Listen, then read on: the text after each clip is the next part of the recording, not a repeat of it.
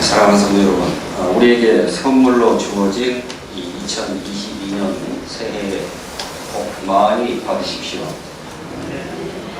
올해가 그 동양의 그 전통적인 60갑자로는 39번째에 해당하는 이민년입니다. 재미삼아서 말씀을 드려보면은 이 이민년에서 임은 검은색 60갑자 중에서 그 갑을병정 무기응하는 이게 그 저마다의 색을 가지고 있다고 그러는데 이 임은 검은색을 나타내고 이는 12지에 이는 호랑이를 의미합니다. 그래서 올해를 검은 호랑이의 해라고 흑호의 해라고 그렇게 말들을 합니다. 우리 민족에게 호랑이는 비교적 친숙한 그런 동물 가운데 하나라서 우리의 어떤 부전설화나 민담 또 민화 이런 데에 단골 소재로 등장할 정도입니다. 영조 27년 1751년에는 경복궁 안에까지 호랑이가 들어왔다고 하는 그런 기록이 있을 만큼 한반도에는 호랑이가 상당히 많았다고 합니다. 제가 그 단독 목회를 장흥에서 처음 시작했는데 장흥에서 목회할 때에 어떤 권사님, 연세 많이 드신 권사님이 오래전에 자기 눈으로 틀림없이 그 야생 호랑이를 봤다고 그렇게 얘기를 하셨는데 믿거나 말거나입니다. 예부터 호랑이는 흔히 용맹하고 또 기백이 뛰어나며 인간을 수호하고 또 권선징악을 판별하는 그런 어떤 신통력 있는 영물로 인식되었습니다.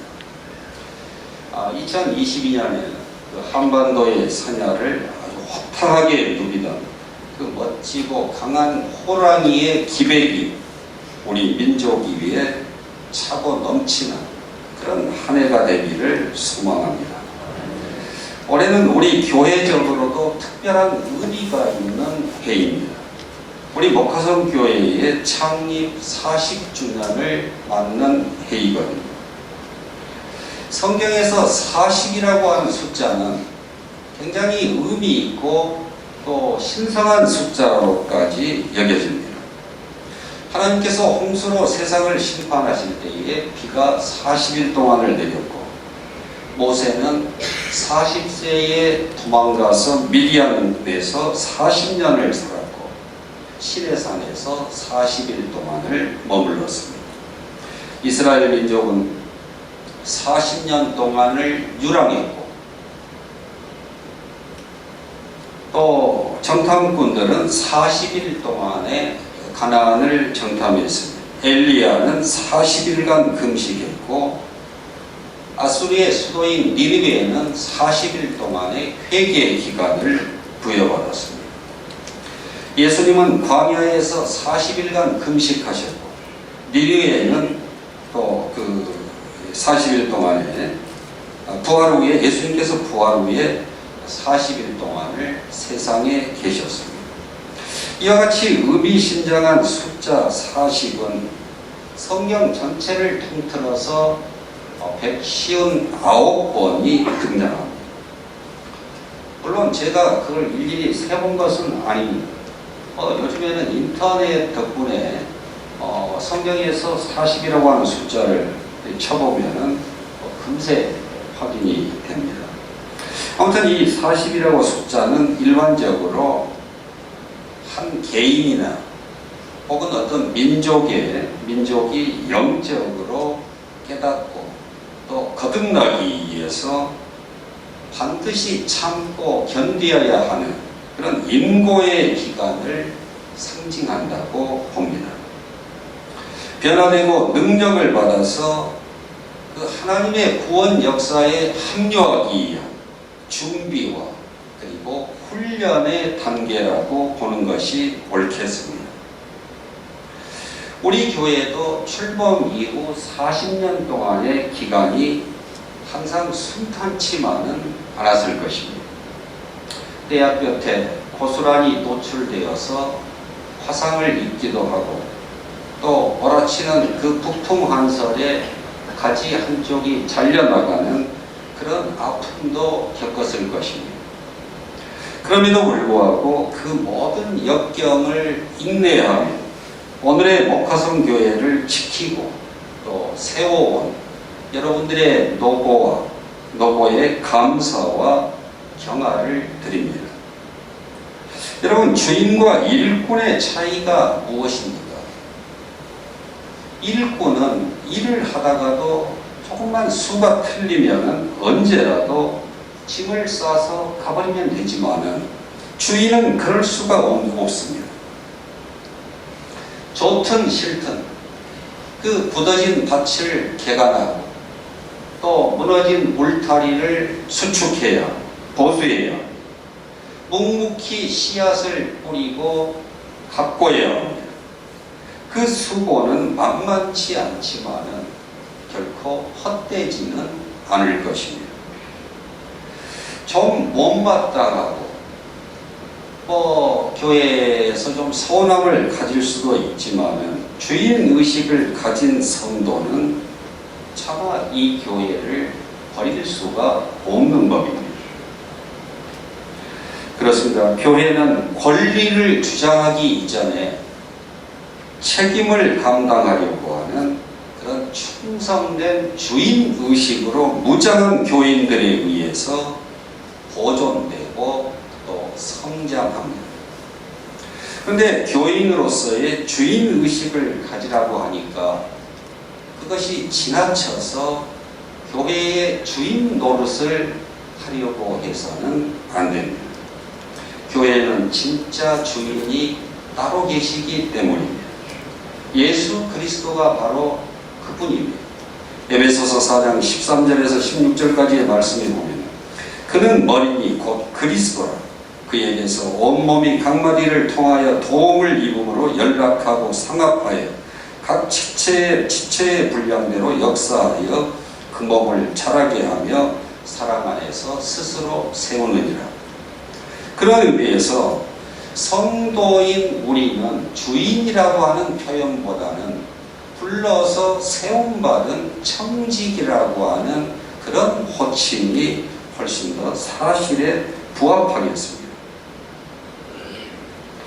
교회의 주인, 교회의 머리이신 분이 엄연히 계시기 때문에 우리는 교회의 머리이신 그 주님의 마음을 잘 헤아리고 또 이 교회를 통해서 성취하고자 하는 그 주님의 뜻에 순종해서 그 청지기로서의 사명을 잘 감당함으로 충성된 자에게 예비된 그 생명의 관을 받는 우리 목화성 교회와 성도 여러분들이 되시기를 주의 이름으로 축원합니다. 지난주에 이어서 오늘 설교의 제목도 기억하라입니다. 무엇을 기억하라는 것입니다. 오랜 세월에 걸쳐서 베푸신 그 하나님의 은혜를 기억하고 하나님의 우리를 향하신 그 극진한 사랑과 그 부르심의 목적을 기억하라는 것입니다. 그 기억에 기초해서 장래에도 변함없는 은혜와 사랑으로 인도하고 보호하실 그 하나님을 신뢰하는 믿음으로 담대하게 발걸음을 내디디라는 것입니다. 이전에 나를 인도하신 주, 장래에도 내 앞에 험산줄령 만날 때에 도우소서.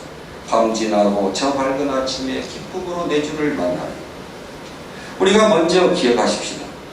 과거로부터 지금까지 우리를 지키고 인도해 주신 그 하나님의 은혜를 말입니다. 오늘 본문의 2절에 보면은 내 하나님 여호와께서 이 40년 동안에 너로 광야의 길을 걷게 하신 것을 기억하라. 이는 너를 낮추시며 너를 시험하사 내 마음이 어떠한지 그 명령을 지키는지 지키지 않는지 알려 하시니라. 지난주에 제가 그 고인이 되신 정주영 회장의 얽힌 일화를 좀 말씀드렸습니다. 그가 20년 동안이나 빚을 지고 그것을 갚아가게 했던 그 고령교 복구공사의 실패를 두고 그가 이런 말을 했다지 않습니까? 임자, 그것은 실패가 아니라 시험이야. 하늘이 거대한 선물을 내려주기 전에 과연 정주영에게 그 선물을 받을 자격이 있는지를 시험한 거지. 그 시험은 그에게 있어서 다름 아닌 행복하게 일하는 마음이었습니다. 모세는 광야 생활 40년을 해고하면서 그 걸음마다 자국마다에 찍힌 그 하나님의 보호와 인도하심을 발견하고 있습니다.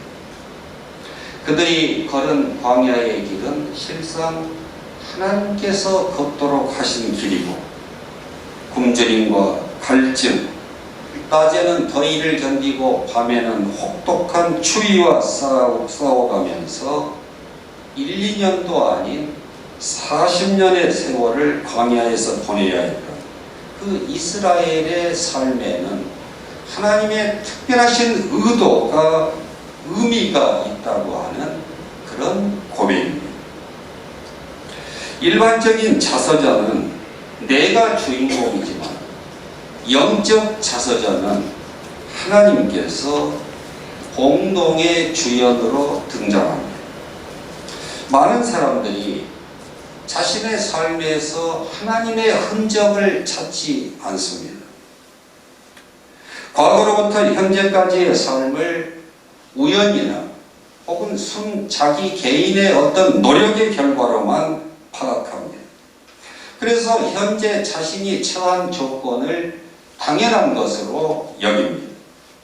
그러한 인생에게서는 감사의 마음을 찾기 힘들 뿐만 아니라 은혜를 깨닫고 감사하는 사람에게서 드러나는 가장 두드러진 특징인 나눔과 섬김의 삶을 기대하기도 어렵습니다. 외적으로는 좀 화려해 보일지 모르지만 관계로부터 다 그것을 자기의 어떤 노력의 소산, 자기의 어떤 지혜의 소산으로 당연하게 여기면서 살아가는 사람들은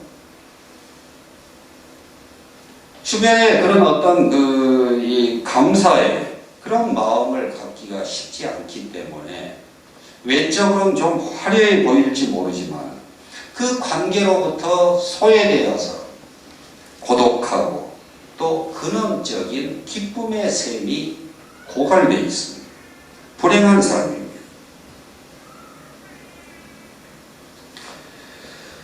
우리 집에 아이들을 키우면서 제가 가장 강조하는 것 중에 하나가 감사를 생활화하는 것입니다. 은혜를 입으면은 누구나 당연히 감사할 것 같지만은 살아보니까 꼭 그렇지 않더라 하는 것을 깨달았습니다. 감사도 일종의 훈련입니다. 저절로 되는 것은 아닙니다. 아이들을 우리 부부 둘만의 힘으로 키울 수 있겠습니까? 주변으로부터 많은 도움과 덕을 받아서 오늘에 이른 것입니다.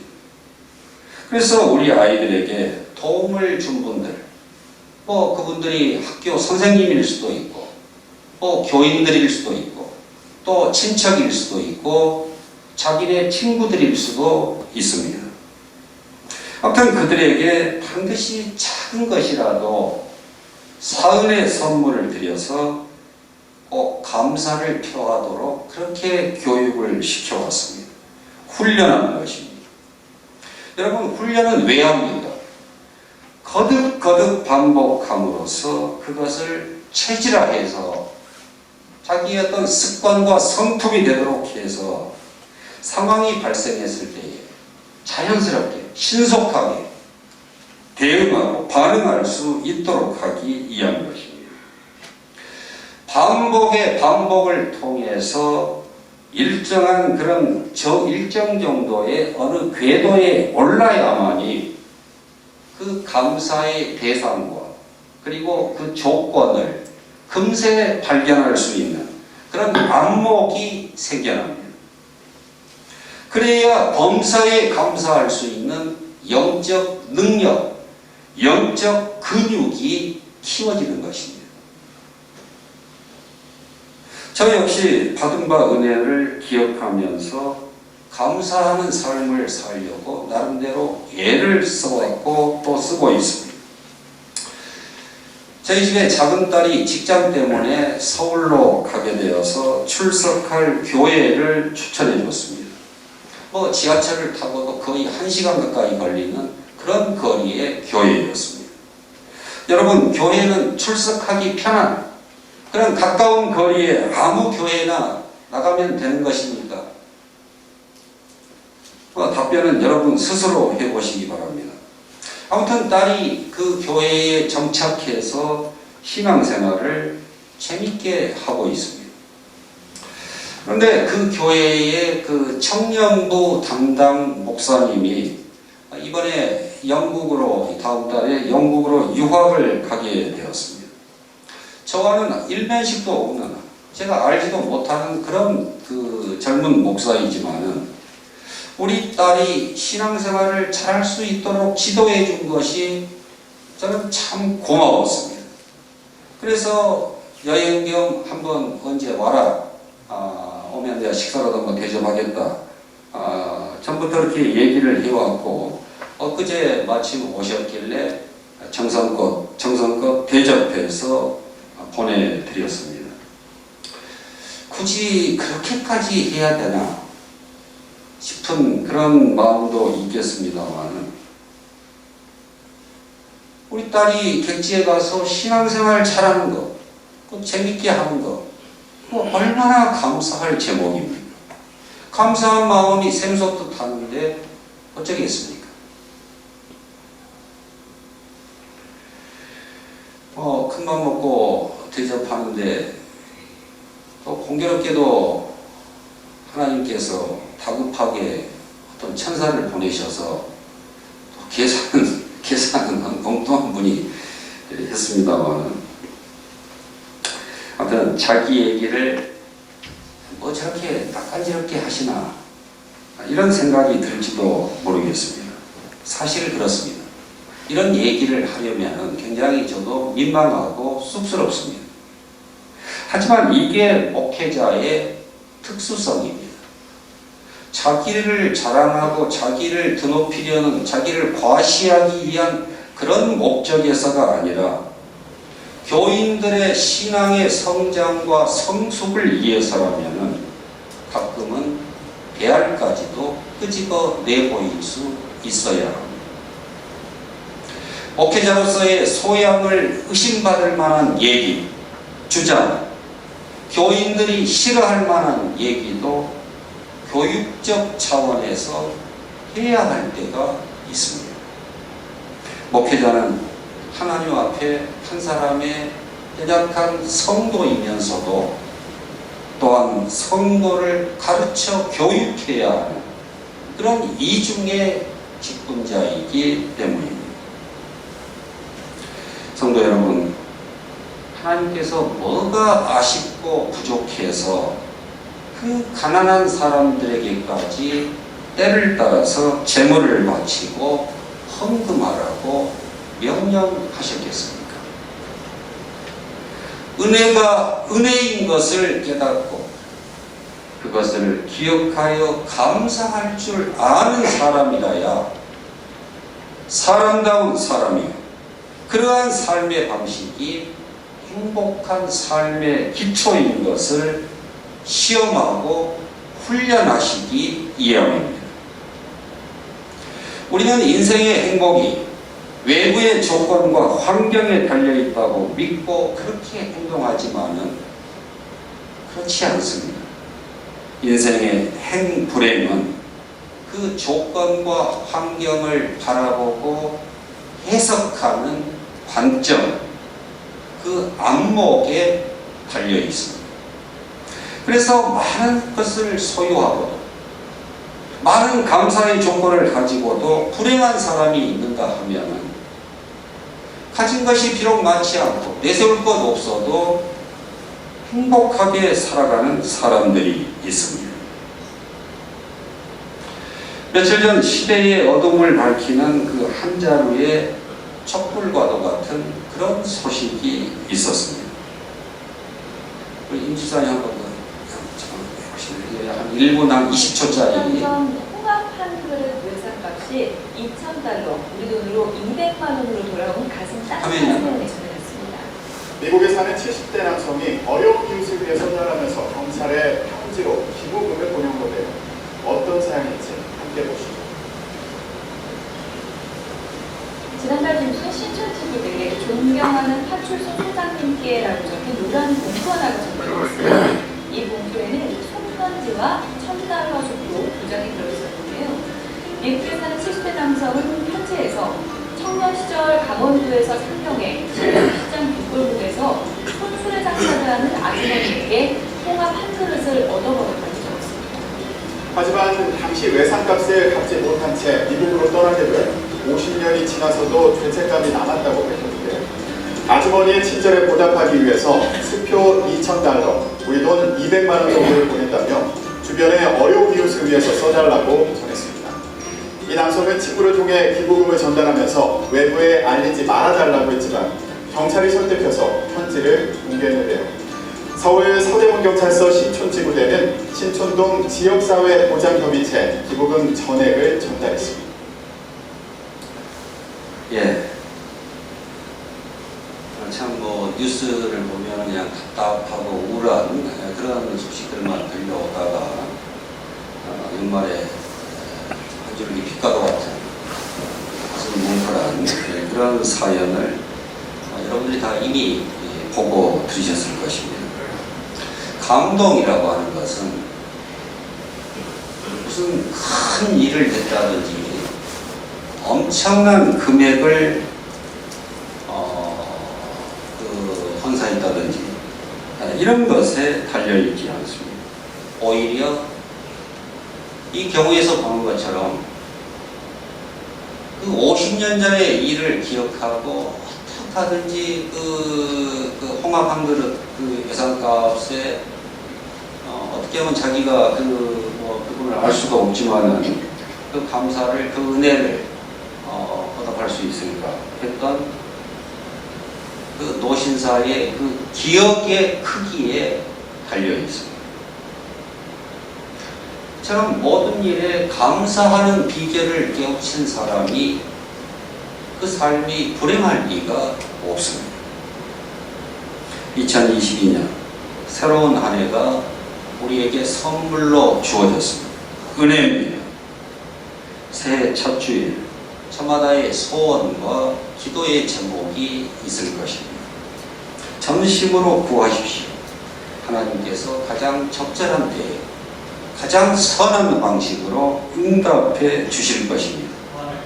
또 한편으로는 우리에게 이것도 주시라 저것도 주시라 간구하는 것 못지않게 아버지여 나의 눈을 열어서 선물로 주신 그 아버지의 은혜를 보게 하시고 기억하여 감사하며 찬양하는 삶을 살게 하여 주시옵소서. 기도하는 여러분들이 되시기를 바랍니다. 여러분의 삶의 그 걸음마다 자국마다의 지킴, 하나님의 보호와 인도하심을 발견하는 그 안목을 기르고 그의 경탄하며 감사하는 복된 삶을 살아가시기를 주의 이름으로 축원합니다. 기도하겠습니다. 하나님, 불충하고 허물 많은 우리를 용서하고 값없이 베푸신 그 구원의 은총을 감사합니다. 주께서 베푸신 은혜를 내가 무엇으로 보답할고 늘 빚진 자의 마음과 자세로 하나님의 나라와 복음 전파를 위해 충성하고 헌신하는 우리 모두가 되게 하여 주시옵소서. 이웃과의 관계에서도 헤아릴 수 없는 그 은혜를 덧입어 살아가는 우리, 서운하게 여겨지는 일은 흐르는 물에 씻어 내려보내게 하시고 받은 바 은혜는 잊지 않고 잘 기억하여서 그 10분의 1, 100분의 1이라도 보답하기를 힘쓰는 그런 복된 마음의 소유자들이 되게 하여 주시옵소서. 그러한 감사의 생활화로 인하여 주변과의 관계를 더욱더 아름답고 풍성하게 갖고 갈 수 있는 우리 믿음의 권속들 다 되게 하여 주시옵소서. 교회의 머리이신 예수님의 이름으로 기도하옵나이다. 아멘.